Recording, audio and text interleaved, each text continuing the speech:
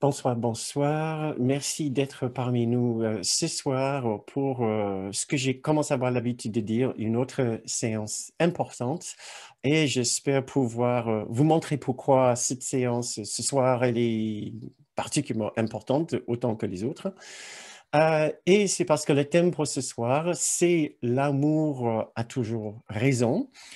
J'ai choisi cette petit bout de phrase justement, peut-être parce que c'est un petit peu provocateur, mais pas que, bien sûr. C'est parce qu'il y a une telle puissance dans cette simple idée. Cela parce que dans quasiment non, dans n'importe quelle situation que nous nous trouvons, et je dis véritablement, peu importe la nature, la gravité de la situation, le simple fait de répéter une telle phrase, je dis une telle phrase puisqu'il y en a d'autres bien sûr, semble changer immédiatement le cadre, notre point de référence pour ce que nous sommes en train de vivre. Nous pouvons nous dire, quelque part ici dans cette situation, ce n'est pas moi qui ai raison, c'est l'amour qui a raison. Dans toute situation où nous trouvons une absence de paix et de douceur en nous, nous pouvons toujours profiter, nous pouvons démarrer, amorcer un début de guérison de notre esprit, nous présenter à notre esprit la possibilité d'une issue à notre situation, en juste suggérant cette possibilité que l'amour est là.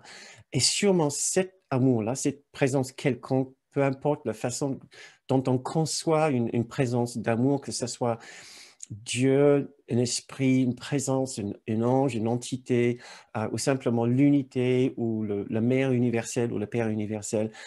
Cet autre qui représente pour vous a raison, à sa part de pensée, à sa propre pensée. Il y a une autre pensée. Si moi, je ne suis pas dans une paix intérieure, si mes pensées ne viennent pas d'un endroit de bienveillance et douceur, mais de conflits, de divisions et de peur ou de tristesse, je peux toujours profiter de dire il y a une autre façon de penser, une autre façon de ressentir, de réagir dans cette situation. Et une de ces phrases clés ou ces phrases puissantes qui peuvent nous aider, c'est celle-là. L'amour a toujours raison, qui vient bien sûr d'une synthèse de quelques textes du cours que nous allons regarder ce soir. Donc voilà, c'est pour ça que je suis particulièrement heureux de vous présenter ce sujet ce soir, sachant aussi, plutôt étant sensible aussi au fait que la nécessité d'aller peut-être doucement dans ce sujet, puisque le fait d'avoir tort est toujours un point sensible pour nous tous, ce dont nous devons aussi discuter. Si nous voulons laisser une place à l'amour, d'avoir raison à notre place. Récemment, nous avons discuté de ça, de l'importance de savoir que nous n'avons pas forcément fait le bon choix à l'intérieur. Nous n'avons pas forcément fait le bon choix des guides, comme nous avons dit. Nous avons vu que nous ne sommes jamais seuls dans notre esprit, malgré ce que nous pouvons souvent penser ou ce qui peut être souvent notre expérience. Un cours miracle nous apprend que dès l'instant que nous choisissons une expérience de séparation, de la conscience unie et unifiée, de l'unité, nous avons deux possibilités de conscience.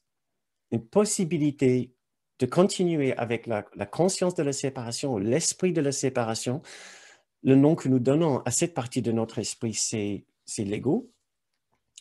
L'autre possibilité de conscience ou d'esprit dont nous disposons, c'est la voie de l'amour, la voie de l'unité, la voie de la vérité, ce que dans un cours miracle, nous appelons aussi la voie du Saint-Esprit. Et nous sommes toujours en train de choisir l'un de ces guides, l'ego, l'amour, l'ego, l'amour, la fausseté, la vérité, la fausseté, la vérité, fausseté, la séparation, vérité de l'unité et l'inclusion. Et notre objectif maintenant, c'est de devenir extrêmement conscient de la voie, de la présence que nous avons choisie. Nous ne pouvons pas faire ce chemin d'unification de réunification de notre esprit, de notre perception, si nous ne savons pas ce que nous sommes en train de choisir. Donc, nos exercices récents nous ont demandé de justement regarder dans ce contexte-là, veut dire devenir conscient de notre expérience, ce que nous sommes en train de vivre, ce que nous sommes en train de voir dehors et notre réaction par rapport à ce que nous sommes en train de voir.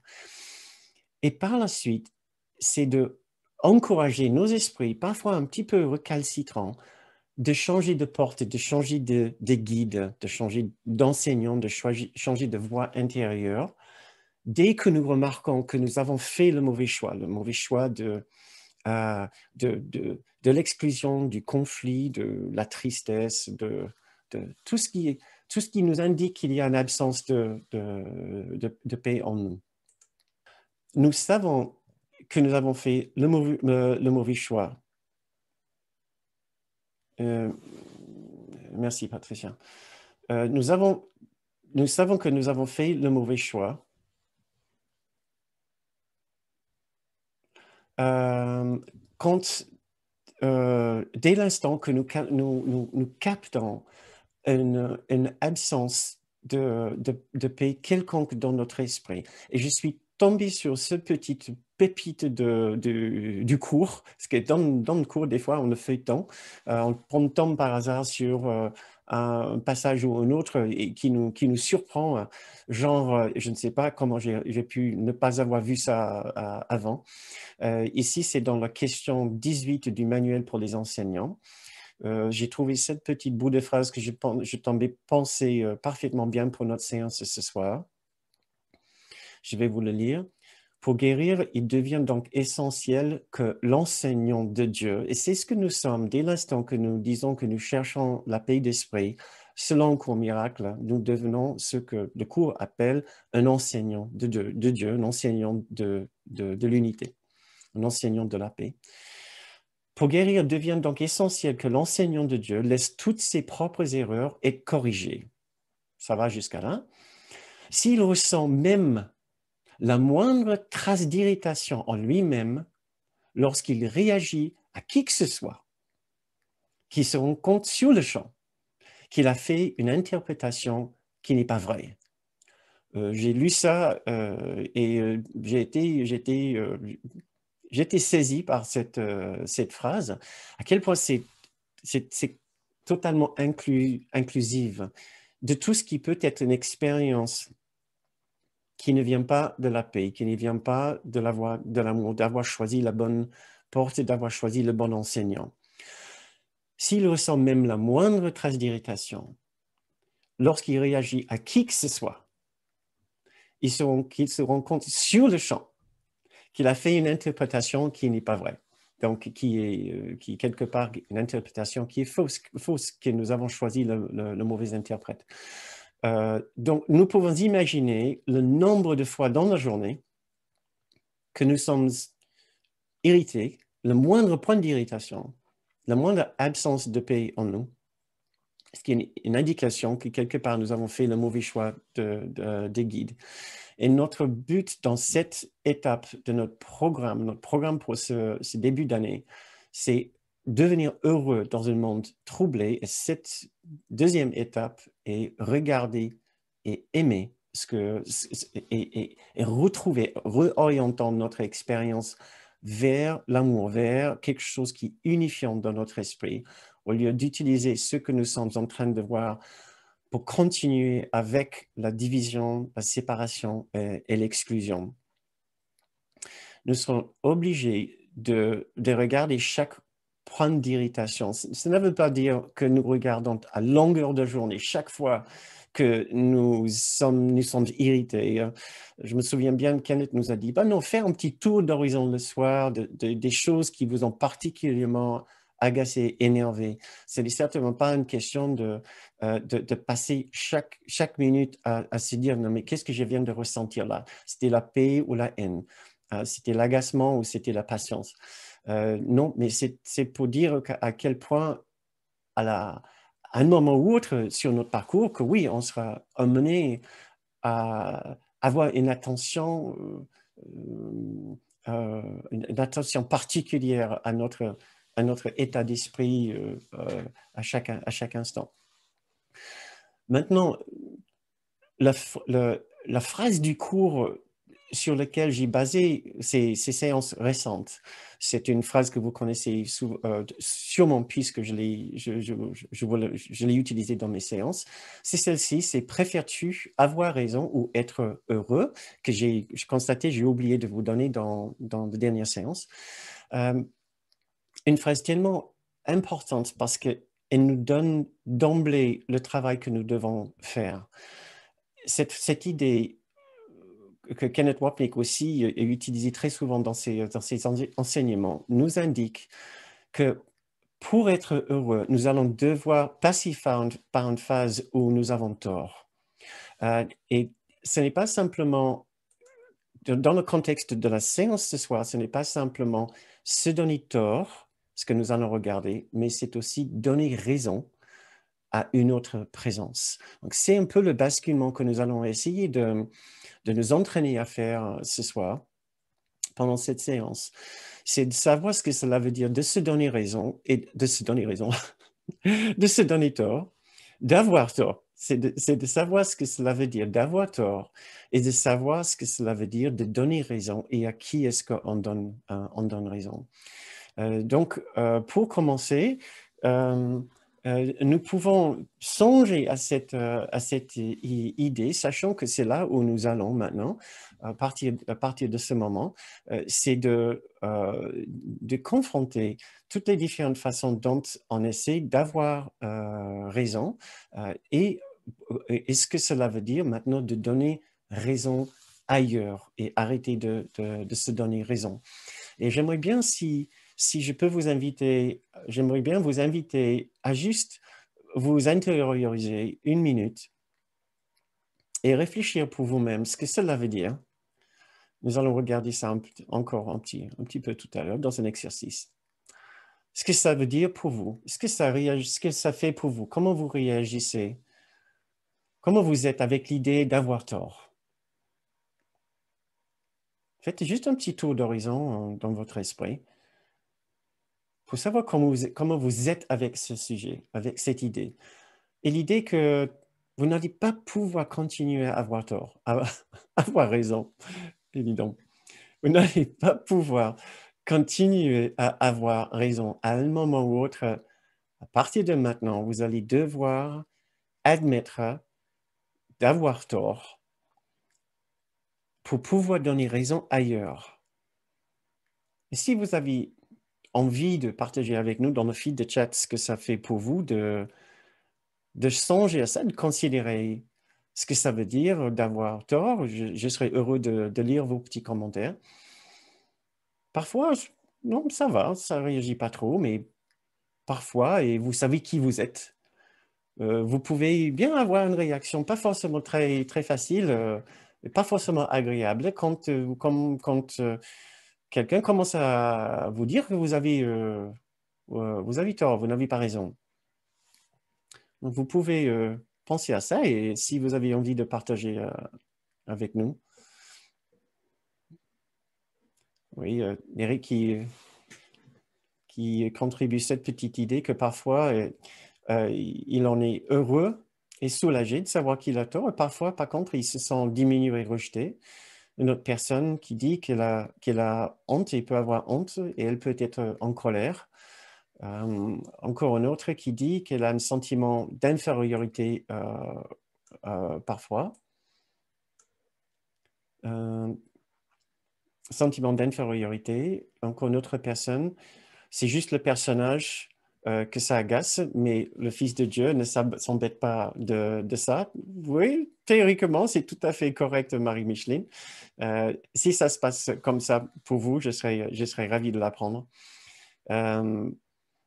Si c'est gentiment dit et si c'est justifié, une autre personne, Patricia, elle accepte. Une autre personne, Virginie, parfois, ça me soulage, me permet de voir la situation sous un autre angle, non usagé, mais intéressant, mais parfois, ça m'énerve avec beaucoup de points d'exclamation. Oui, et vous qui peut être bien énervé par cette idée-là, vous avez le droit de dire votre mot et dire, bah oui, c'est énervant. Parce que j'aimerais bien vous aider aussi à savoir pourquoi c'est énervant. Mais d'abord, soyons clairs avec nous-mêmes, soyons francs que oui, c'est énervant. Si on a quelqu'un en face de vous qui insiste qu'on a tort, par exemple, qu'on n'a pas raison, par exemple. Une autre personne, Eve, en m'intériorisant à l'instant, j'ai eu la sensation de quelque chose qui me collait à la peau, en haut du dos, et que je voulais m'en débarrasser. D'accord, donc tu voulais te débarrasser. Ok, ben on va essayer de voir si on peut pas t'aider. Yasmine, parfois j'ai honte, parfois je ne sais pas que les autres ont tort si je considère qu'ils font du mal. Nicolas, quand c'est avec avec ton fils, je m'énerve, je pense que je dois avoir raison car je suis son papa. Une autre personne, je suis vexé. Une autre colère, frustration. Parfois, j'accepte aussi si c'est avec douceur. Je suis sûr d'avoir raison. Je vais riposter et me justifier. C'est clair. Euh, Très bien, merci Inès. Après l'agacement vient souvent l'idée que ça me fait travailler au niveau de l'humilité. Inès à nouveau, mais en fait, je crois avoir raison. Oui, on pense tous avoir raison, mais on va voir tout ça. Il peut y avoir un gros sentiment de honte, que je trouve parfois, une autre personne colère. Euh, euh, Mon ego me dit que j'ai toujours raison. Merci, merci Gisèle. Euh, c'est juste diplomatique, dit Guy Carl, mais au fond de moi, je sais que j'ai raison. Voilà. Bah, c'est très bien, Guy Carl. Je suis content que tu as raison. On doit peut-être te demander tes conseils plus souvent. Je commence à accepter d'avoir tort, mais c'est parfois dur pour mon ego. Très bien, on va arrêter là. L'idée, c'était tout d'abord, au moins, d'être très clair que quand on est poussé dans une certaine situation, ça risque de ne pas forcément toujours bien se passer pour nous. Euh, et bon, pour commencer à donner un peu de fond de ce sujet, de ce que cela veut dire d'avoir tort, j'ai trouvé quelques petits passages qui nous aident à savoir, à savoir à quel point nous ne pouvons rien décider tout seul. Donc, chaque fois que vous pensez avoir raison, en fait, vous avez déjà décidé quelque chose, mais vous ne l'avez pas décidé tout seul.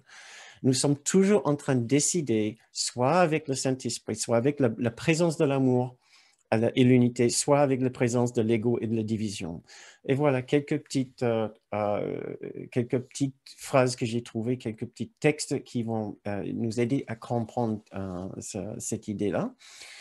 Nous avons dit, je vais vous lire là, nous avons dit que tu pouvais commencer une journée heureuse en te déterminant à ne pas prendre des décisions par toi-même. Cela semble être en soi une réelle décision de ne pas prendre des décisions tout seul, tout seul. Et pourtant, tu ne peux pas prendre des décisions par toi-même. La seule question est vraiment de savoir avec quoi et qui tu choisis de les prendre. Tu ne prends encore un peu plus loin dans le même texte, tu ne prendras pas de décision par toi-même, quoi que tu décides. Moi, j'ai ajouté trois points d'exclamation. J'ai trouvé assez percutante cette phrase. Voilà. Je continue à lire un autre. Je dois juste trier un petit peu puisque je n'aurai pas le temps de tout lire.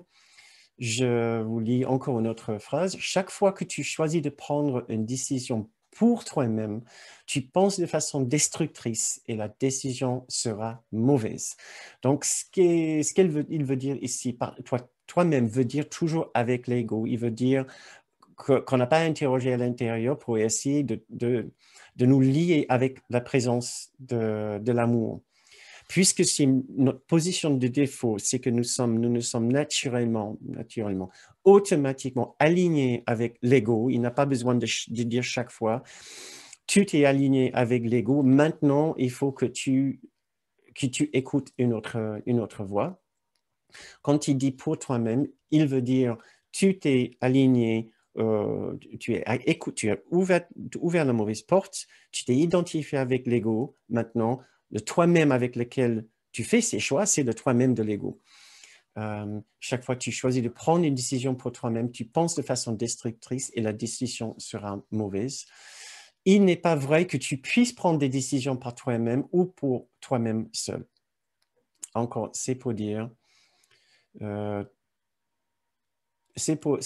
que chaque fois que nous pensons avoir raison, nous n'avons pas pris notre décision tout seul. Chaque fois qu'il y a une absence de paix dans notre esprit, une absence d'amour, une absence de sentiment d'inclusion avec l'autre personne, nous avons fait nos choix avec l'ego et maintenant nous sommes au point de devoir considérer la possibilité de choisir un autre guide.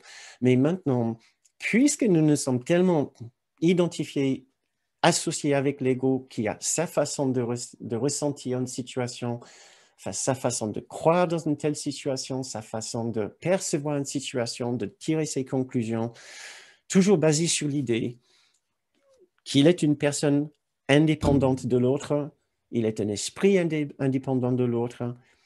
Le devise de l'ego, c'est chacun ses propres intérêts. J'ai mon intérêt, tu as ton intérêt propre à toi, et mon intérêt à moi, c'est d'avoir raison sur telle ou telle chose. Maintenant, pourquoi est-ce que c'est tellement important pour nous d'avoir raison? Il y a deux raisons. Tout d'abord, chacun s'identifie avec son système de pensée. Voilà, j'ai trouvé cette petite, encore une phrase remarquable du cours qui vient du chapitre 6, section 5. Chacun s'identifie avec son système de pensée. Et chaque système de pensée est centré sur ce que tu crois être. Très bien. Je pense que je suis mon système de pensée. Mon système de pensée est centré sur ce que je suis. Un système de pensée, c'est tout ce que je pense. Alors, si quelqu'un remet en question ce que je pense, une pensée que je considère assez importante, ça vient de moi, ça m'appartient, ça me définit, c'est ce que je considère la vérité, ce n'est pas qu'il remet en question ma pensée, il remet en question ce que je crois être. Je m'identifie avec mon système de pensée, avec mes idées, avec mes pensées, avec mes opinions, avec mes jugements. Quelqu'un qui me dit « non, tu as tort », j'ai l'impression qu'il dit en quelque part, je diminue ton existence par la mesure que tu as tort, dont tu as tort. Donc moi, je le prends mal en pensant que quelque part, il me diminue. Il diminue mon existence, mon identité. Déjà, le fait d'être dans l'ego, de m'être identifié avec l'ego, je suis en manque d'identité parce que j'ai choisi une identité pauvre, j'ai choisi une petite identité par rapport à ma véritable identité. Donc, je suis toujours en quête de reconnaissance, toujours en quête de valorisation. Quelqu'un qui me dit que tes idées sont nulles, ta pensée est nulle, ça m'a fait enflammer, ça m'enflamme, puisque j'ai l'impression, voilà, il met le doigt sur le problème chez moi. C'est que j'ai besoin d'avoir raison pour vivre, pour exister. Ne m'enlève pas ma raison. Je suis ma raison. J'ai eu raison depuis le début et maintenant, tu ne vas pas me diminuer de cette façon. Donc, question d'identité, question de reconnaissance, question de valorisation. Donc, toutes ces personnes qui ont des difficultés importantes d'avoir raison, qui ressentent que voilà, ça les met un petit peu en difficulté quand on leur dit qu'ils ont tort, essayez de penser peut-être que c'est une question de reconnaissance et de valorisation, que vous vous êtes identifié avec votre position pour les questions de reconnaissance et de valeur, de ressentir que vous avez une certaine valeur du fait de la qualité de votre pensée. La qualité de votre pensée reflète la qualité de votre être. Et maintenant, nous essayons d'apprendre que à la fin, non, il n'y a que l'amour qui peut nous refléter notre véritable valeur. Une autre personne ne peut pas confirmer notre valeur, notre véritable valeur, comme l'amour peut le faire. Une autre raison pour laquelle nous n'aimons pas avoir tort, c'est parce que nous savons qu'au début, et au fond de tout, nous avons tort. pour tout. Nous n'avons pas simplement tort pour si la boulangerie est ouverte entre midi et 2, ou si ça ferme maintenant à 5 heures, 6 heures, 7 heures, puisqu'il y a le couvre-feu, mais ils ont décidé d'ouvrir entre midi et 2, ils ont fermé plus tôt. C'est pas parce que vous avez tort ou raison par rapport à ça que vous n'aimez pas que quelqu'un vous dit, mais de toute façon, tu as tort. Je sais. C'est parce que le fait d'avoir tort par rapport à une toute petite chose nous ramène au fait nous ramène à notre immense doute par rapport à la première conclusion que nous avons prise, la première conclusion que nous avons faite par rapport à notre existence, qui est j'existe en dehors de Dieu. J'ai anéanti le ciel, j'ai réussi mon coup de victoire sur le ciel, sur l'unité, j'ai érigé mon domaine de moi-même, l'existence de moi-même, à la place de celle de Dieu. Je suis moi-même. C'est ma première conviction. Mais c'est là où le doute persiste depuis l'instant que nous avons eu la première pensée de séparation. Et si j'ai pas raison? Et si j'ai tort? Mais si j'ai tort, mais tout le château de cartes de mon existence, ça s'écroule d'un coup. Mais si j'ai tort par rapport à ce que je suis, mais ça veut dire que peut-être je n'existe même pas en tant qu'un petit soi, en tant que ma personnalité, en tant que le nom que j'ai dans cette vie, mon historique personnel, tout ce que j'ai vécu, toutes mes pensées, mes souvenirs, toutes mes blessures, toutes mes opinions. Mais j'ai peut-être tort par rapport à tout ça. Et donc, c'est pour ça que je ne supporte pas l'idée. Oh, des fois, c'est difficile. Voilà. Ouais. Certaines personnes ne supportent pas du tout l'idée d'avoir tort. Et c'est certainement parce qu'ils s'identifient tellement avec le fait d'avoir raison comme une question existentielle. Encore, parce qu'il ne veut pas se sentir diminué, certainement pas si c'est pour aider un autre ego à se sentir augmenté, là, certainement pas. Ou c'est peut-être parce que c'est quasiment une question que ça le ramène à son doute d'origine, son doute existentiel. Mais est-ce que j'existe en fait? Si j'ai tort par rapport à l'heure de fermeture de la boulangerie ce soir, mais peut-être j'ai tort par rapport à d'autres choses. Peut-être en fait je ne peux pas compter sur mon jugement. Mais mince alors, peut-être en fait je ne sais même pas quand j'ai raison et quand j'ai tort. Et si j'ai tort par rapport à la seule chose qui m'était vraiment importante, moi-même, mon existence par rapport aux autres. Et voilà, pour la raison pour laquelle nous allons le trouver particulièrement difficile parfois d'avoir tort. Donc, l'idée, c'est ne jamais de se faire violence, mais commencer à conscientiser, à devenir très conscient de ce qui est en train de se passer sur ces arrière-plans, de conscience. Ce n'est pas parce que quelqu'un nous accuse d'avoir tort par rapport à qui nous dérange. C'est à cause de tout ce que cela représente pour nous sur un arrière-plan. Mais si nous le savons maintenant, peut-être la prochaine fois, quelqu'un nous met dans cette position très difficile de devoir nous défendre, nous allons savoir, attention, mais non, ma réaction si intense ne peut pas être en rapport avec ce qui vient de se passer. Non, c'est pas possible. Et vous savez bien, aussi bien que moi, oui, j'admets que des fois, on se trouve à défendre un point absolument absurde, absolument ridicule, comme si c'était un point d'honneur de défendre, de défendre qui a fait le repas la dernière fois qu'il y avait des amis. Qui a fait le repas? Mais c'est moi, forcément. Mais je me souviens très, très bien. Mais non, c'était moi. C'était pas toi. Je suis désolé, je te jure, c'était pas toi. Et vous voyez comment ça peut monter très, très vite en crescendo pour encore des raisons de reconnaissance, de valorisation, d'existence. Ça devient quasiment une question existentielle de défendre le fait que c'est moi qui a fait le repas la dernière fois qu'on a invité à la maison. Or, en réalité, mes sentiments, les sentiments de l'autre personne n'ont rien à voir avec qui a fait le repas pour les invités la dernière fois, mais avec quelque chose qui se passe sur un plan plus profond. Maintenant, ce que je trouve vraiment très important à savoir ici, c'est que accepter d'avoir tort ne veut pas dire donner raison à une autre personne. Pas dans les faits, pas dans la logique de l'argumentation. Donc, quand on parle d'avoir tort,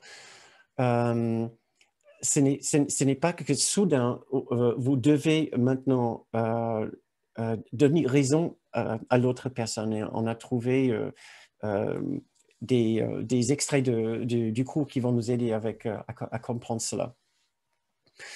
Ce n'est pas une question de donner raison de se donner tort pour donner raison à l'autre personne, mais de se donner raison à l'amour. Et j'espère que dans cette nuance d'idée-là, ça peut nous aider beaucoup à faire le pas d'accepter d'avoir tort. Parce que ce n'est pas une question d'avoir tort par rapport à si j'essaie de trouver quelque chose de tellement évident.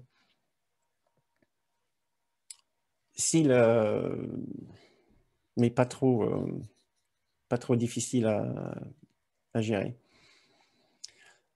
Ce n'est pas une question de savoir qui a raison, si nous avons besoin de faire recours à des vaccins pour gérer au mieux la pandémie actuelle. C'est une question de savoir, de ne pas forcément donner raison aux faits, aux arguments de l'autre personne, mais donner raison à l'amour. C'est ce que nous allons nous entraîner à faire maintenant. Mais je tenais juste à dire ça comme une sorte de préparation au cas où il y avait un point de blocage là, que vous pensez que accepter d'avoir tort pour être heureux veut dire systématiquement donner raison à l'autre personne. Ça ne veut pas dire donner raison à l'autre personne dans le sens d'accepter absolument tout ce qu'ils disent et dire à la personne, oui, tu as raison, oui, d'accord, tu as raison, oui, tu as raison. Oui, ça ne sera certainement pas aimant. Je pense que vous savez ce que je veux dire. Quand une autre personne incite à avoir raison, on est tenté de dire à un moment, par exaspération ou pour une autre raison, pas forcément aimante, de laisser l'autre personne avoir raison. Ce que nous essayons de nous dire à l'intérieur, c'est que moi, je n'ai pas raison parce que l'amour a toujours raison. Mais maintenant, qu'est-ce que ça veut dire exactement aussi de laisser, de traiter avec une autre personne qui peut être un peu agressif. Et j'ai un petit exercice ici, si vous voulez bien essayer de le faire avec moi.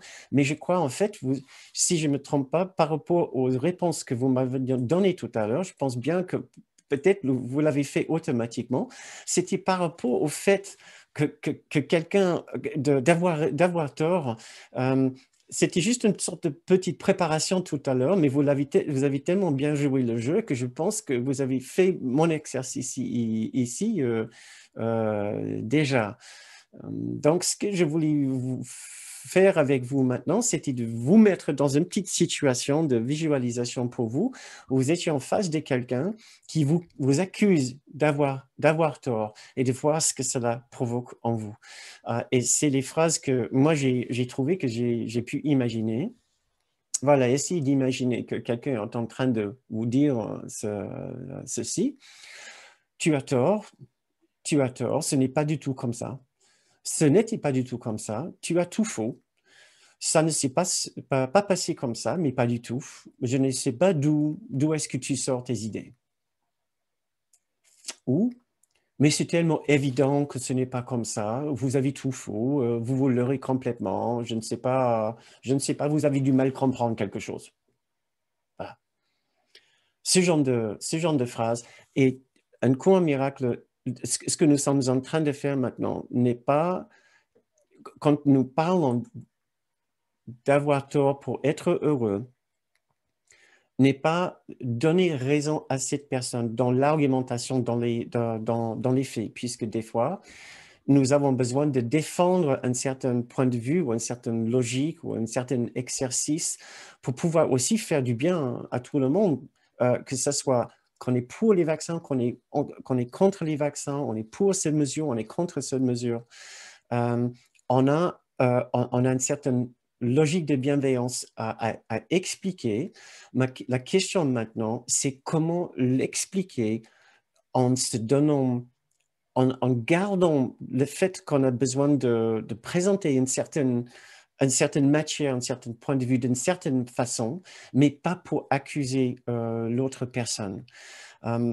Maintenant, par rapport, avant de passer encore plus profondément dans le sujet, deux extraits que notre ami qui est ici avec ce soir, Eric Enas, a partagé sur une page Facebook aujourd'hui que j'ai trouvé absolument merveilleux. Il fait un super exposé sur ce que ça veut dire d'avoir tort. Merci Eric. Je t'ai pris deux de ces extraits que j'ai cherchés d'ailleurs. Donc tu m'as économisé cette tâche. Je vais vous lire.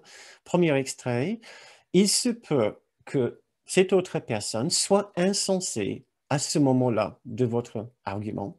Et il est certain que si ce qu'il dit vient de l'ego, cela n'aura pas de sens. Mais la tâche n'en reste pas moins de lui dire qu'il a raison. Mais attention, ça ne veut pas dire qu'il a raison par rapport aux faits, ce que vous allez comprendre tout de suite. Tu ne le lui dis pas verbalement qu'il a raison. Ah, je vous entends dire ouf. Tu ne le lui dis pas verbalement s'il parle sottement. Il a besoin de correction à un autre niveau parce que son erreur est à un autre niveau. S'il parle sottement, ça veut dire qu'il a choisi l'ego. Donc forcément, tout ce qu'il dit aura tort. Il aura tort. Son erreur est à cet autre niveau d'avoir choisi l'ego même avant de commencer à parler. Et donc, la correction est à un autre niveau, est au niveau de mon choix de choisir la paix et l'amour au lieu de choisir comme lui, l'ego, et de défendre mon point de vue. Il a besoin de correction à un autre niveau parce que son erreur est à un autre niveau. Il a quand même raison. Voilà, c'est ce que l'autre phrase voulait dire. Il a quand même raison parce que c'est un enfant de Dieu, c'est un fils de Dieu. Voilà. Les autres autour de nous ont toujours raison grâce à ceux qui sont, à cause de ceux qui sont. Ils appartiennent à l'amour et donc ils ne méritent jamais notre critique, notre jugement, notre désapprobation, notre exclusion, notre rancœur, notre hargne et notre haine et notre attaque. C'est pour ça qu'ils ont raison. Ils ont raison qu'ils méritent l'amour, qu'ils méritent notre plus haute considération et jamais notre mépris. Dans ce sens-là, ils ont toujours raison. Ils demandent de l'aide, comme nous avons appris aussi dans d'autres séances. Notre frère, l'autre personne est toujours soit en train d'exprimer l'amour, soit en train d'appeler à l'aide. L'aide, c'est l'amour qui manque dans son esprit. Et il a toujours raison dans ce qu'il demande. Il demande soit simplement d'accepter que l'amour est chez lui, est en lui aussi. Donc, un autre extrait qu'Eric a choisi pour nous. Lorsqu'un frère se conduit de manière insane, folle, tu ne peux le guérir qu'en percevant la santé d'esprit en lui. Si tu perçois ses erreurs et les acceptes, tu acceptes les tiennes. Si tu veux confier tes erreurs au Saint-Esprit, à l'esprit de la vérité, à l'amour, tu dois faire de même avec les siennes. Et voilà encore tout le processus de pardon du cours et aussi d'universalité, de comprendre nous sommes exactement comme l'autre personne. Merci Eric de nous trouver les références pour ces extraits, chapitre 9, section 3, que j'ai oublié de relever tout à l'heure. Chapitre 9, section 3, merci beaucoup. Donc, si tu veux, et vous voyez dans cet extrait ici à quel point c'est important de voir au-delà de l'insanité, de la folie chez l'autre personne, pour percevoir la santé d'esprit en lui. La santé d'esprit ne veut pas dire dans la logique de ses arguments, mais dans le fait qu'il appartient à l'amour. L'amour est une étincelle, est une vérité en l'autre personne. Il a à chaque instant une autre réalité et pas simplement l'ego que nous voyons en lui. C'est comme ça que nous lui donnons raison, c'est comme ça que nous voyons la santé d'esprit en lui. Et dans la mesure, et plus nous arrivons à confier ces erreurs à l'esprit de l'amour et dire des erreurs de cette personne, je ne pourrai jamais les corriger, et ce n'est pas à moi de les corriger, c'est à la présence de l'amour. Plus j'arrive à faire cela, je suis en train de renforcer pour moi que mes erreurs aussi, je peux les confier à un esprit d'amour qui va me les pardonner, qui va accepter qu'il y a autre chose chez moi que l'ego. Pour utiliser un autre langage de la non-dualité, si je veux enlever la dualité dans mon esprit, cette dualité sera toujours représentée dans mes communications et dans mes relations avec d'autres personnes. C'est là où je vais les identifier. Si je veux les guérir, si je veux guérir la dualité en moi, je dois accepter de guérir la dualité dans l'autre personne. Lui, elle, qui a choisi l'ego, la voie de la dualité, elle a aussi bien le droit de faire des erreurs et que ces erreurs soient confiées à l'esprit de l'unité, à la vérité de l'unité, l'unité qui va simplement regarder l'ensemble de ceci et dire, il n'en existe rien. Il n'y a pas de dualité. La dualité n'est pas la réalité. Donc, pour revenir, pour encourager notre esprit davantage vers l'unité, s'ouvrir à l'unité, nous regardons l'obstacle dans notre esprit. Ce qui nous empêche, c'est le fait de voir une seule autre personne que nous pensons n'est pas incluse dans l'unité. Si l'unité existe, elle inclut tout, absolument tout dans cette étreinte aimante. Si moi j'exclus une personne à cause de ses erreurs, je m'exclus de cette unité. Si je veux m'inclure dans cette unité et comprendre ce que c'est l'esprit de l'unité, je dois faire l'effort d'inclure à nouveau cette autre personne avec qui j'ai une différence sur le plan des mesures sanitaires, des mesures politiques, économiques, simplement de gestion de la famille, etc. Voilà. Maintenant, la dernière partie de notre séance ce soir.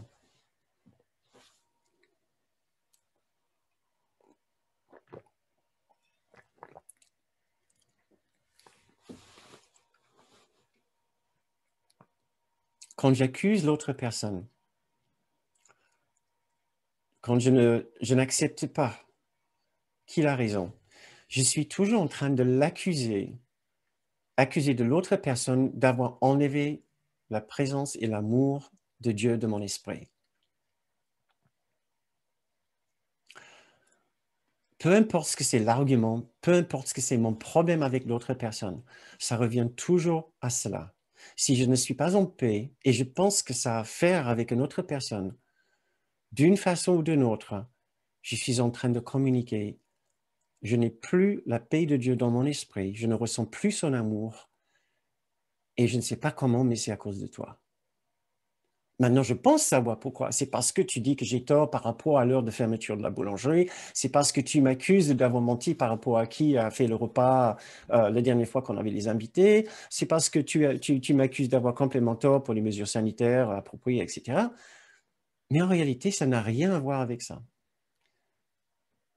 Mon agacement, ma difficulté d'avoir tort ici, c'est parce que j'accuse l'autre d'avoir enlevé la paix de Dieu, l'amour de Dieu de mon esprit. Et j'ai l'impression que je dois garder cette position. Pourquoi? Parce que si ce n'est pas lui qui a enlevé la paix et l'amour de Dieu de mon esprit, alors c'est qui? C'est moi. C'est forcément moi qui a brisé l'unité, qui a enlevé la présence de l'amour et de la paix de mon esprit. Et c'est pour ça aussi que je vais défendre bec et ongle le fait que ça soit l'autre qui a tort et pas moi. Parce que sinon, je serais obligé d'accepter la responsabilité pour le fait que la paix n'est pas dans mon esprit.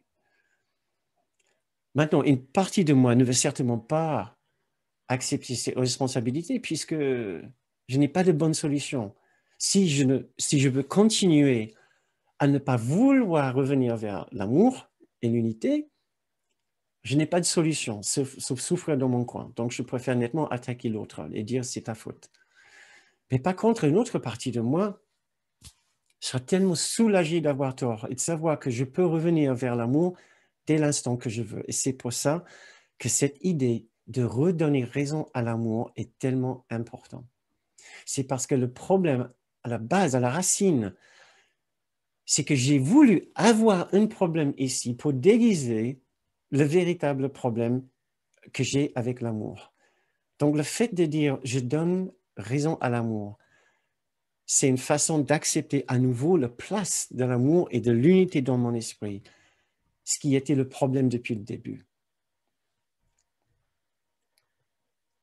Donc, plus j'arrive à accepter que j'ai tort et l'amour a raison, plus vite je vais pouvoir lâcher prise à l'intérieur du problème que je vois ici et de mieux discuter avec les autres autour de moi et trouver un terme d'entente, trouver une manière plus claire, plus directe, sans jugement, sans agressivité, sans attaque.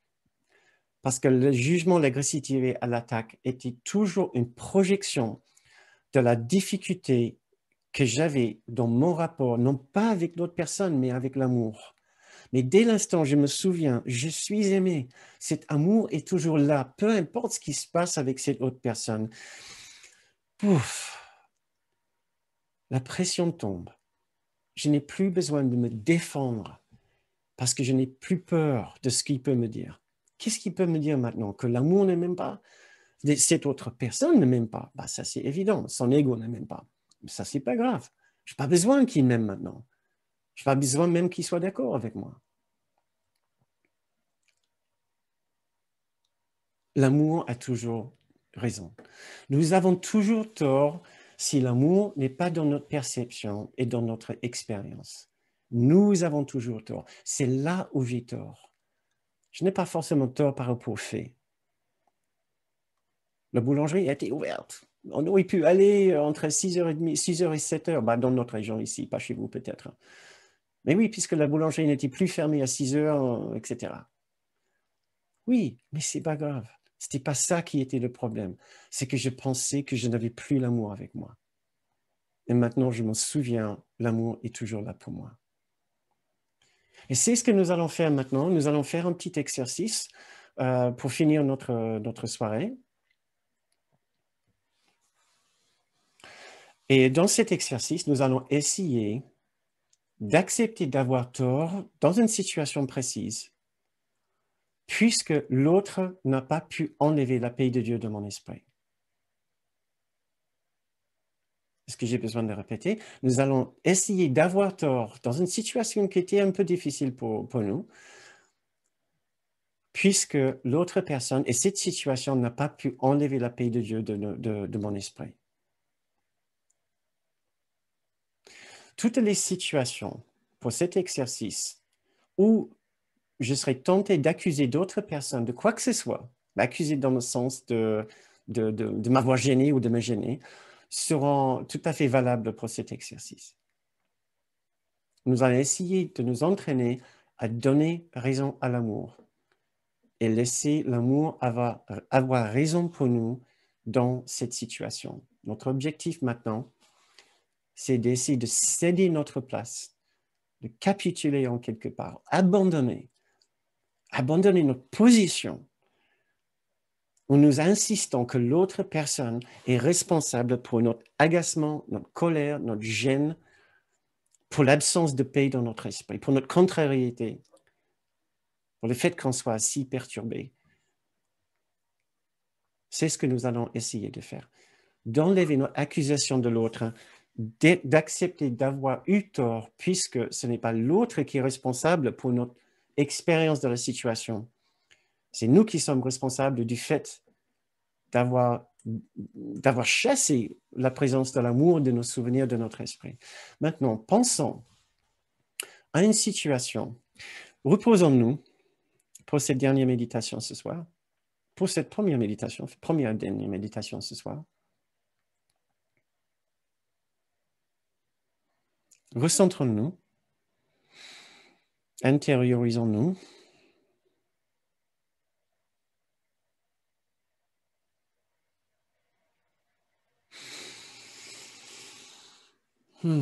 Maintenant, pensez à une situation qui vous avait contrarié, bien contrarié ou juste légèrement contrarié, qui vous a laissé avec un sentiment désagréable. Ça peut être une situation de grande ou de petite contrariété, peu importe. Essayez de vous souvenir de ce que vous avez ressenti. Une situation de petite irritation ou peut-être un vrai point d'amertume. Vous avez ressenti de l'indignité. Vous avez été blessé peut-être. Vous étiez peut-être en colère. C'était peut-être accompagné par un sentiment d'abandon, de trahison. Quelqu'un qui a trahi votre confiance. Sentiment peut-être de tristesse ou de honte ou d'embarras.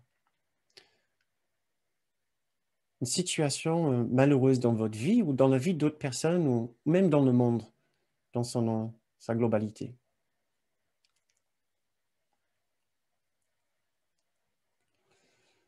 Et vous voyez ce qui c'était votre position. Comment vous avez déterminé votre expérience basée sur ce qui s'était passé.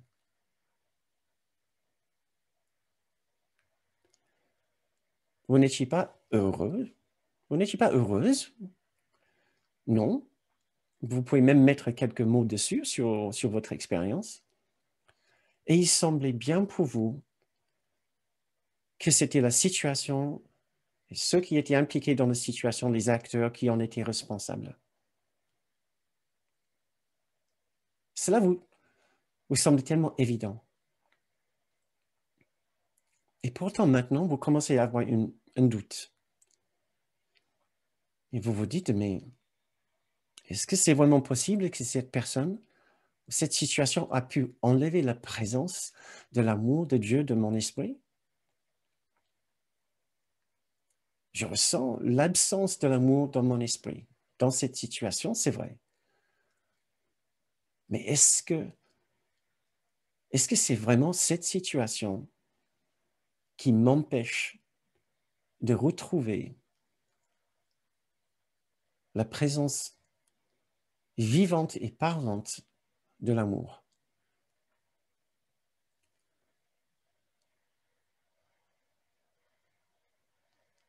Est-ce qu'il n'y a pas une possibilité, même une toute petite possibilité, que l'amour soit toujours là, qu'il y a une trace de cette paix quelque part? Et si j'avais tort? Et si j'avais tort que dans cette situation,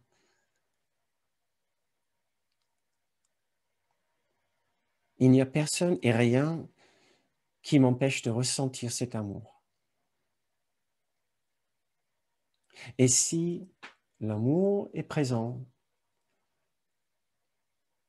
et si l'amour a toujours raison?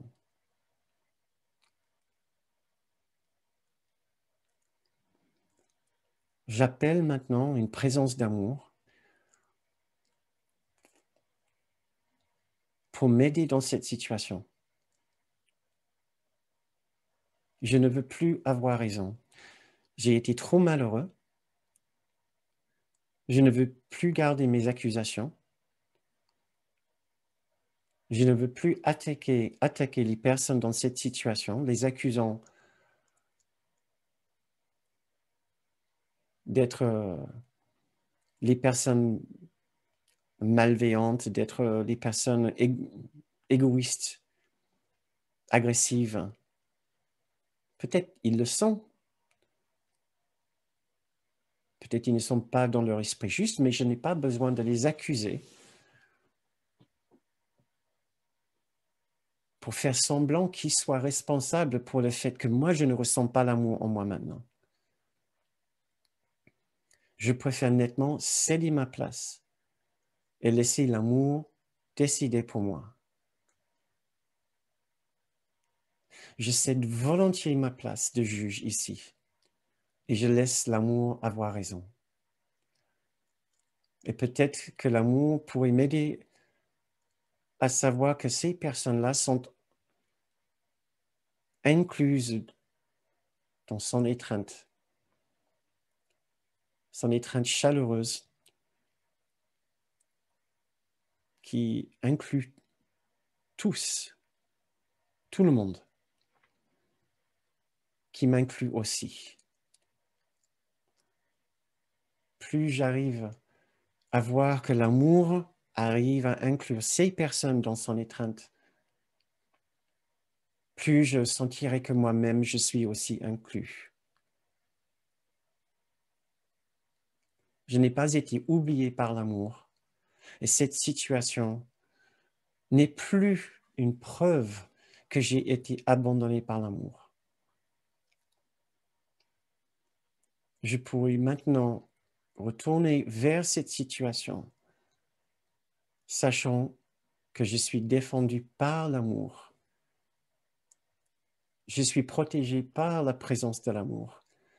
Et rien de ce qui se passe, et rien de ce que ces personnes puissent me dire peut enlever maintenant la conviction en moi que je suis aimé par cet amour et que je suis protégé par cet amour.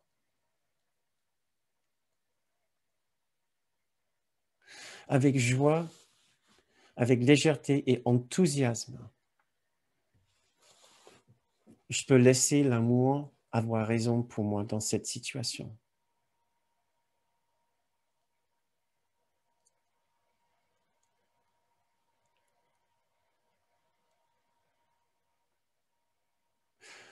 Maintenant, pour finir notre séance, je vais vous lire quelques textes du cours qui viennent de la leçon 323 et la leçon 109. Voici le seul sacrifice, entre guillemets, que Dieu demande de son Fils bien-aimé. Tu lui demandes de renoncer à toute souffrance, tout sentiment de perte et de tristesse, toute anxiété et de tout doute, et de laisser le flot de ton amour couler librement dans sa conscience, le guérissant de la douleur et lui donnant ta propre joie éternelle. Tel est le sacrifice que tu demandes de moi. Et c'en est un que je fais avec joie. Seul coût, entre guillemets, du rétablissement de ton souvenir en moi pour le salut du monde. À chaque heure où tu prends ton repos aujourd'hui, un esprit fatigué est rendu joyeux soudainement. Un oiseau aux ailes brisées commence à chanter. Un ruisseau depuis longtemps asséché se remet à couler. Le monde est né à nouveau chaque fois que tu reposes et te souviens à chaque heure que tu es venu apporter la paix de Dieu dans le monde afin qu'il prenne son repos avec toi.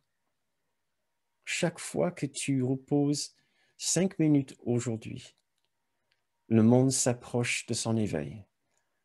Et le temps où le repos sera la seule chose qui se rapproche de tous les esprits usés et fatigués, trop là maintenant pour avancer seuls sur leur chemin.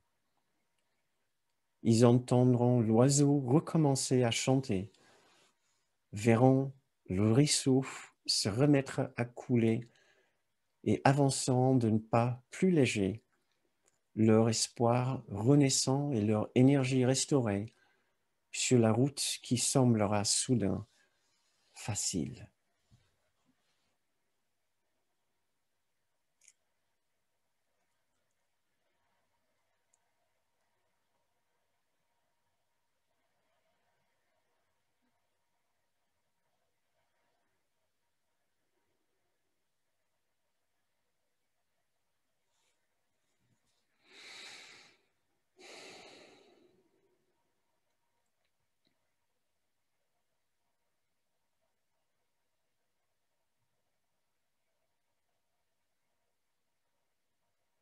Je laisse l'amour avoir raison à ma place.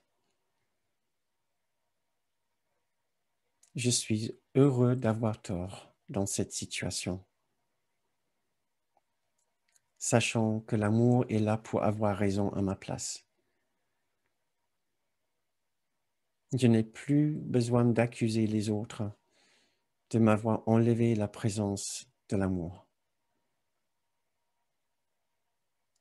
Je peux les approcher comme les véritables frères et sœurs qui cherchent la même chose que moi. Le souvenir de cette présence sublime de paix et d'amour.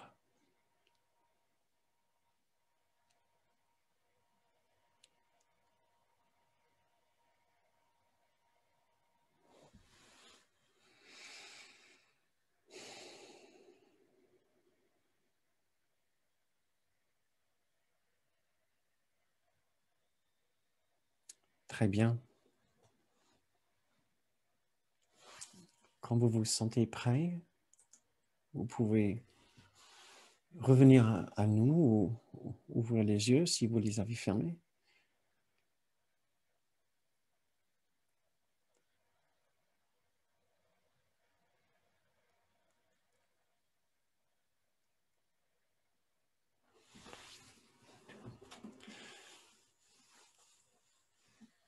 Merci infiniment pour votre participation et votre présence avec nous pendant cette séance. Si vous nous quittez maintenant, sachez que toutes nos pensées les plus dévouées, les plus chaleureuses vont avec vous et vous accompagnent tout au long de la semaine. Essayez de penser à cette simple idée de donner raison à l'amour maintenant dans chaque situation. Essayez pour voir. Vous nous donnerez peut-être vos nouvelles la prochaine séance dans une semaine. Aussi, si vous avez la possibilité, nous offrons ces séances sur la base d'un échange au lieu de fixer un tarif. Donc, nous serons très reconnaissants pour votre aide et votre participation pour continuer ces séances que nous pouvons organiser et garder et mener uniquement grâce à vos contributions. Et nous vous remercions d'avance pour vos contributions et nous remercions toutes ces personnes qui nous contribuent et qui ont contribué ce mois-ci. Nous sommes ici grâce à vous. C'est vraiment un effort de collaboration que nous faisons ici ensemble. Donc, merci infiniment. Maintenant, pour la deuxième partie de notre soirée, il reste quelques minutes pour un peu de questions-réponses sans nous garder trop longtemps du fait qu'il est un peu tard, voilà, et nous avons toujours notre séance de questions et réponses jeudi soir, voilà, ne l'oubliez pas ça. Si vous devez partir maintenant ou si nous n'avons pas assez de temps pour toutes les questions-réponses ici ce soir, notre prochaine séance, c'est jeudi soir. Donc, j'ouvre les micros. Maintenant, les micros sont ouverts. Donc, si vous avez envie ou besoin de parler, de témoigner, de contribuer, de poser une question, nous sommes tous ici à vous écouter. Louis, je vois que ton micro est branché. Oui, excuse, j'avais une toux. Euh, Pendant l'exercice, je me suis demandé si l'amour avait toujours raison quand l'autre n'est pas une personne, mais dans mon cas, tu sais que je souffre d'acouphènes, ou une autre personne, pour une autre personne, ça pourrait être la douleur. Alors, bon, moi, j'ai fait l'exercice et puis j'ai été complètement dérangée par une montée d'acouphènes. Au début, quand on a commencé, c'était très acceptable, mais tout à coup, ouf, c'est devenu mon ennemi. Mais c'est pas une personne. Alors, mais c'est quelque chose que moi, je fais inconsciemment. Alors, donc, en tout cas, je te laisse, je Oui, en sais que tu fait, ne pourras pas régler mon problème aujourd'hui, là. mm, quand, Pardon. quand nous considérons que notre ennemi est notre corps, nous avons fait un objet extérieur de notre corps et nous lui en voulons autant que nous pouvons en vouloir à une autre personne. Et donc, effectivement, c'est exactement la même chose. Dès, de toute façon, dès l'instant qu'il y a le moindre manque d'amour ou de paix dans notre esprit, la réaction, c'est parce que nous avons choisi l'ego. Et en ayant choisi l'ego, l'automatisme immédiat et irréfléchi dans l'esprit de l'ego, c'est de blâmer et de projeter, de dire c'est à cause d'eux. Parce que la première réaction de l'ego n'est jamais de dire ah tiens, j'ai dû avoir fait le mauvais choix, j'ai dû avoir exclu l'amour de ma perception. C'est jamais sa façon d'être, sa façon de faire. Nous, il faut qu'on prenne conscience d'abord que nous sommes en douleur, qu'on a dû avoir fait un mauvais choix et voilà, refaire notre choix. Donc, immédiatement, dès qu'il y a le moindre manque d'amour, il y a blâme, accusation, attaque et projection. Que ce soit sur notre personne ou sur notre corps ou notre maison ou notre ordinateur, il y a toujours un autre qui est responsable du fait que je ne ressens plus l'amour et la paix en moi. C'est jamais moi. Et c'est là toute la puissance extraordinaire d'un cours miracle qui nous aide à savoir exactement ce qui est en train de se passer pour qu'on puisse remonter le fil, le chaîne de décision et de choix inconscients que nous avons fait en les conscientisant, en sachant exactement ce que nous avons fait. J'ai accusé, je dis que ma douleur est à cause d'eux. Alors maintenant, cela ne veut pas dire que je ne souffre pas d'acouphènes ou d'un mal de dos. La différence, c'est toujours, est-ce que les acouphènes et le mal de dos m'empêchent de ressentir la paix de Dieu? Et c'est là où nous sommes, c'est plus délicat, bien sûr, quand quand nous avons une condition physique, parce que des fois, effectivement, notre esprit est tellement préoccupé par la douleur que, bah oui, le souvenir de l'esprit de Dieu, l'esprit de l'amour ne vient pas facilement. Mais nous avons tous peut-être entendu parler de ces personnes qui étaient malades, voire très malades, et qui étaient dans une paix intérieure parfaite. Et donc, il y a des exemples justement de Ramana Maharshi, Nisargadatta, de Kenneth Wapnick, des personnes dont je parle assez souvent, mais il y a des exemples beaucoup plus proches de chez nous. Peut-être vous avez connu des personnes. On dit aussi que juste avant de mourir, les personnes souffrant d'une maladie peuvent connaître un instant d'immense paix, même tout dans la plus grande souffrance, puisque leurs fonctions vitales sont en train de diminuer, de se couper au point que voilà, ils vont mourir. Mais soudain, il y a une espèce de respiration, de paix immense dans leur esprit, comme si toute douleur a été balayée. Pourtant, les douleurs physiques sont toujours là. Donc, ce que nous essayons de faire, c'est de distinguer entre de souffrance ou de douleur psychique et douleur physique. Ouais. Et je sais que dans ton cas avec tes acouphènes, peut-être il y a un moyen d'essayer de méditer sur ça et d'essayer de suggérer la possibilité que peut-être tes acouphènes sont présentes, mais peut-être l'amour est présent aussi en même temps. C'est juste une idée. Je ne sais pas ce que tu en penses.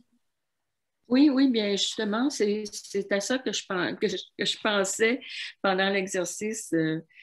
Ben, que c'était comme une nouvelle piste pour moi.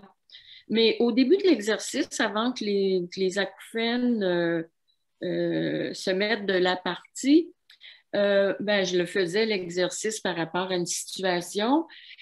Mais je me disais que le processus que tu nous suggérais devrait être répété, répété, répété, répété maintes fois. Il me semble que j'aurais pas, que je me disais, il me semble que oui, avec toi, en ce moment, ça peut m'amener la paix.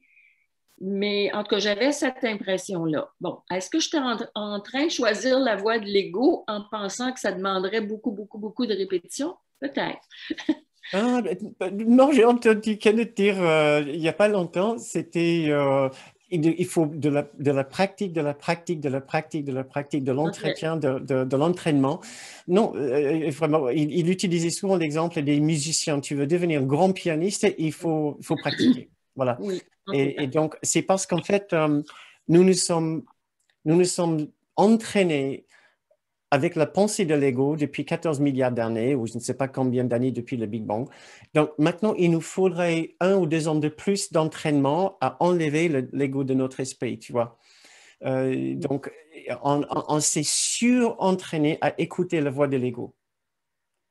Et maintenant, on doit se sur-entraîner à écouter la voix du Saint-Esprit. Et Jésus dit dans son cours, si jamais tu doutes de ta capacité d'apprendre, tu n'as qu'à te souvenir du, what is this, les learning accomplishment, l'accomplissement d'apprentissage phénoménal que c'était Mhm. d'apprendre la séparation. Nous sommes des cracks de l'apprentissage. C'est OK. simplement que nous avons appris la mauvaise leçon. Nous avons appris la séparation au lieu de continuer à apprendre sur l'amour. Donc maintenant, nous utilisons exactement la même capacité d'apprentissage qui nous a menés ici dans la dualité. Mais maintenant, pour faire le chemin dans l'autre sens et accepter la présence de la paix à la place du conflit et de la douleur. Donc, Parfait. oui, il faut de Donc, l'appartenance. je vais, je vais pouvoir répéter l'exercice quand tu vas mettre cette séance-là en vidéo sur ton site, éventuellement. Oui, oui, oui, tout à fait. Je vais mettre cette vidéo sur le site. OK. J'espère, tu vas pouvoir l'utiliser tout à fait. Ça a l'air de s'enregistrer. La dernière fois, en fait, j'ai perdu une partie de l'enregistrement. C'est la première fois que c'est arrivé. Zoom n'a pas enregistré la deuxième partie de la séance la dernière fois, qui était coupée en 2 parties. Je ne sais pas pourquoi, mais cette fois-là, ça a l'air d'aller, j'espère. J'étais obligé de re-enregistrer ici la deuxième partie de la séance la dernière fois pour faire une séance complète. Donc, pour les personnes qui regardent la dernière séance et qui disent, mais tiens, ça c'est bizarre, c'est pas exactement ce qu'il a dit, c'est à cause de ça. Voilà. Mais Mais oui, merci beaucoup. pour nous tous, voilà, c'est pour ça que je vous invite à dire cette phrase dès que vous constatez le moindre dérangement. Je cède la place à l'amour parce que de toute façon, l'amour a toujours raison, j'ai toujours tort. Si je pense que l'amour n'est pas là, à cause de cette personne, j'ai tort. Et l'amour a raison. C'est une invitation à l'amour de revenir prendre sa place dans mon esprit. Merci, Louise. Et merci à toi.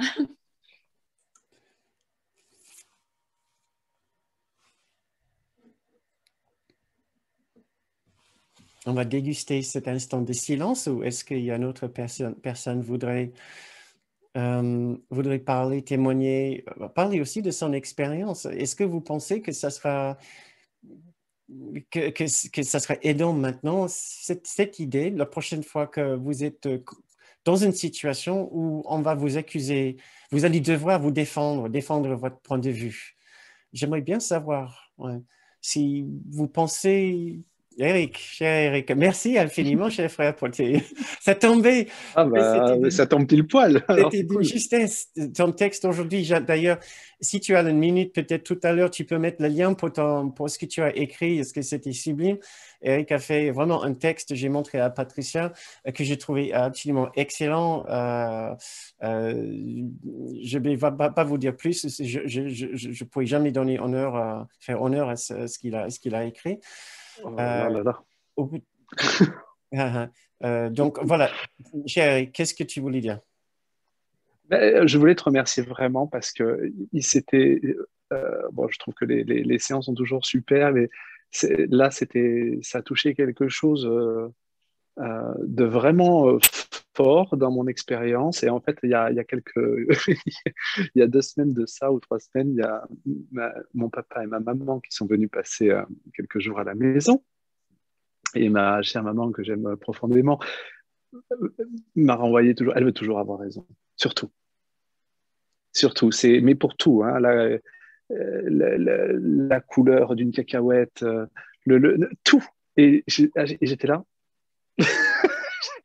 C'est pas comme si c'était nouveau, hein, parce que j'ai envie de dire, ça fait partie presque du pattern familial depuis que je suis tout petit. Mais là, pour la première fois, j'ai vraiment regardé. Voilà. J'ai vraiment observé ça en me disant, mais c'est fou. C'est fou. Et je me rappelais de cette leçon, toutes choses sont une leçon que Dieu voudrait que j'apprenne. Et je me disais, mais c'est quoi la leçon? Et j'ai fini par à un moment donné me dire, oui, c'est ça. J'étais dans la cuisine en train de me dire, mais oui, mais en fait, moi aussi, d'une certaine façon, je suis toujours en train de vouloir avoir raison, surtout, ne serait-ce que pour insister sur le fait que je suis là, en train d'observer ma maman, en train de faire ça, etc. Et c'était, du coup, alors non pas, j'ai pas senti forcément qu'elle avait raison dans la forme de débattre sur les cacahuètes, mais j'ai ressenti beaucoup de tendresse et beaucoup de tendresse par rapport au fait que la peur qu'elle exprimait déjà était le reflet aussi de la mienne, dont je ne suis pas toujours conscient. Donc c'était aussi une bonne chose de se rappeler qu'elle était toujours là. Et, et voilà, et me dire, bah, on est pareil. Et ça m'a vraiment touché. Et Ouais. j'avais plus tendance dans le passé à m'emporter et à Mm. me dire, mais c'est pas possible. Enfin, elle est complètement, mais elle est barjo. Et je crois que c'était vraiment la première fois, après de nombreuses années d'efforts, de tentatives en disant, oh, bon, je vais être plus aimant, je vais être plus. Puis à chaque fois, enfin souvent, c'est un gros fail, hein, très concrètement. Et puis, et là, il y a eu ça. Et une compréhension plus profonde de ce qui se passait Mm. et de sa détresse, en fait, qui était la même que la mienne. Voilà. Du coup, je pouvais aussi lui dire que non, la cacahuète n'était pas verte, mais, je plaisante, mais en paix, en amour et Ouais. surtout dans la reconnaissance qu'on était dans le même amour. Voilà, Mm. Ah, c'est voilà. Et là, tout ce que tu as dit, je me suis dit, oh, j'ai pensé à elle, mais vraiment là. Mm. Tu as reconnu un petit peu ta maman dans les schémas que j'ai présentés. C'est des Oui, et moi aussi. questions existentielles, J'adore avoir raison, hein, mais ouais, j'adore avoir raison.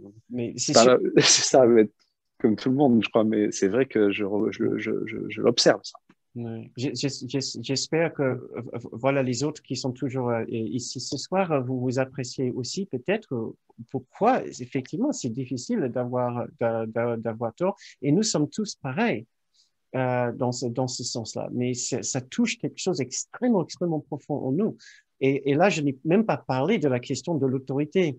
Ça, c'est toute une section dans le cours aussi. Nous détestons donner d'accorder de l'autorité à une autre présence quelconque, que ce soit une autre personne, mais puisque ça revient à la question d'autorité par rapport à Dieu. Nous ne sommes pas l'autorité dans notre vie. Nous ne pouvons pas l'être. C'est l'amour qui est l'autorité. Mais une représentation de ça, c'est justement avec une autre personne qui va insister d'avoir raison, qui sera l'autorité dans la question. Mais c'était touchant, Eric, merci. Et sûrement tu l'as vécu puisqu'il y avait cette remise en question, cette questionnement, au lieu de se trancher et dire ben qui a raison, qui a tort, mais cette remise en question, même ta façon d'être avec ta maman. C'est sûrement ce qui t'a aidé. Il y a un désir il y a un désir d'amour, en fait, parce que à la Ouais. fin, même de façon, je suis pas forcément en train de parler nécessairement de l'amour de Dieu, etc., ou de parler du Saint-Esprit. J'ai envie d'être en amour avec ma maman. Mm. Voilà. Donc, il y a ça, et je pense que ça Ouais. aide, du coup. Ça nous porte, ça porte, Mais tu nous apprends quelque chose de vraiment très important. Là, en l'occurrence, c'était ta maman, mais si ça avait été un collègue ou un autre, ou quelqu'un à la télé, est-ce qu'on peut dire pareil, je veux être dans un rapport d'amour avec cette personne? Que ce soit ta maman, c'est plus facile. Oui, je veux aimer ma mère. Mais est-ce qu'on peut dire pareil avec un collègue au travail ou avec le chauffeur ou avec quelqu'un à la télé qu'on n'a pas toujours aimé? Je veux aimer cette personne. Je veux ressentir un amour profond et sincère pour cette personne. C'est ça qui va vriller notre énergie mentale et psychique dans une nouvelle direction. Et c'est sûrement ce qui t'est arrivé. Au lieu de vouloir défendre la cacahuète, la couleur de la cacahuète, ce qui peut être très important dans notre circonstance, j'imagine. c'est très important. Mais non, ce qui est vraiment important, j'ai entendu Thomas Dansembourg, quelqu'un que je suis en train d'écouter en ce moment, qui est un peu l'un des prêtres de la CNV, dire que nous sommes tellement tous focalisés sur le résultat, nous oublions le relationnel, le rapport avec l'autre personne. Et il dit, c'est toujours le rapport avec l'autre qui vient en premier, peu importe le résultat. Et après, on va regarder pour le résultat. Et j'apprécie beaucoup ça. Ça, c'est tout à fait le cours, avec l'idée d'intérêt propre ou notre intérêt commun. C'est le basculement. Je défends mon intérêt propre, c'est pour avoir un résultat, ou je défends notre intérêt commun. Je suis en train de défendre mon rapport avec les autres. Merci infiniment, Eric. Très beau témoignage que je vois d'autres personnes sont aussi en train d'apprécier. Je vais essayer de faire quelque chose avec ton texte parce que je pense que ça vaut vraiment la peine. Oui, parce que si je le copie, là, ça fait très long, en fait. Oui, c'était pas pensé à le copier dans le fil de chat. Le lien, mais c'est pas grave. On va trouver un moyen de le partager. Okay. Ouais, je sais pas faire un lien Facebook, en fait. D'accord. Je voulais arrêter la session si possible maintenant, mais je vois que Louise a rebranché son micro. C'est juste pour savoir si c'est sur Facebook, c'est sur quelle page? C'est sur la page de Pardon et la clé du bonheur, Eric? Oui, c'est ça. C'est pas sur la tienne? Je ne l'ai pas mis sur la mienne. D'accord. Donc, la page. Mais je peux mettre sur la mienne aussi. Oui, le pardon et la clé du bonheur. Le pardon et la clé du bonheur. Merci. Très chers amis, soyons en paix cette semaine. N'ayons plus raison. Ayons tort. Laissons l'amour avoir raison pour nous, n'est-ce pas? Écoutez, c'est la fin de notre séance ce soir. Merci infiniment pour votre participation. J'espère qu'on ne vous a pas poussé trop loin. Voilà, Inès, merci beaucoup. Elle a mis le lien dans le fil de chat pour voir le post, le texte d'Eric.